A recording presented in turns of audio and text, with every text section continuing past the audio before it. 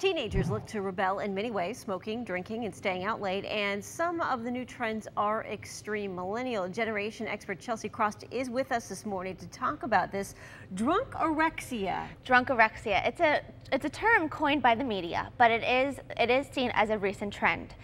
3 times more women are partaking in this trend than men are, and it's, women don't want to gain weight and drink at the same time, so women are not eating all day, and then they're binge drinking at night, and it's saving money and they're saving calories, but it's really a recipe for disaster, and it's not a good trend. No, not at all. Okay, what about cabinet parties or something called farm parties? Yes, in Nevada, about 138 different schools had this outbreak of farm parties, and it was a trend that caught on like Spitfire. And unfortunately, all of these teenagers are getting the idea to raid through their grandparents' aunts' parents' cabinets, pulling all the pills out of the shelves, putting it in a bowl at a party, and just going like jelly beans and popping them in their mouths. So kids are taking a variety of different drugs and not knowing what they're taking. So then when they end up in the hospital that night, they don't even know how to treat these patients because they don't know what they're ingesting. It's a terrible, terrible party. Don't ever go to one, and it's not cool. Not to mention whatever prescription medications they might already be on, and then combining those with whatever they're grabbing in the bowl. Exactly, and some of these students are actually bringing the pills to school, and some of the students have landed in juvenile detention centers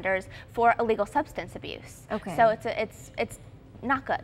Energy drinks, we've heard this one before. Energy drinks is definitely a recent trend, but it's more the gel strips. It's these red strips that are placed on your tongue, and LeBron James is a co-founder and spokesperson for these caffeine gel strips. 1 gel strip for an adult is not a big deal, but 5 strips for a teenager or an elementary school student is a big deal. You can OD on caffeine. So students are going to the nurse's office with, heart palpitations, dizziness, fainting, seizures, and, they're seeing LeBron James do it thinking it's cool, but instead it is very dangerous. So 1 strip for an adult is safe, 6 for a student is not. Yeah, we've come a long way from no dose, that's for sure. What about eye dosing? What is this? Eye dosing? Eye dosing. It's like it's ludicrous. It's this new cyber craze, and it's digitally sweeping the world because you can now partake in a digital high. So it's actually legal. It's apps that you can download on your smartphone, and it's eye dosing. It's supposed to have a narcotic or an opium effect, and you put these headphones in. It's 2 different frequencies that create this high. People are seen with like a hood and glasses, and you see these kids on YouTube.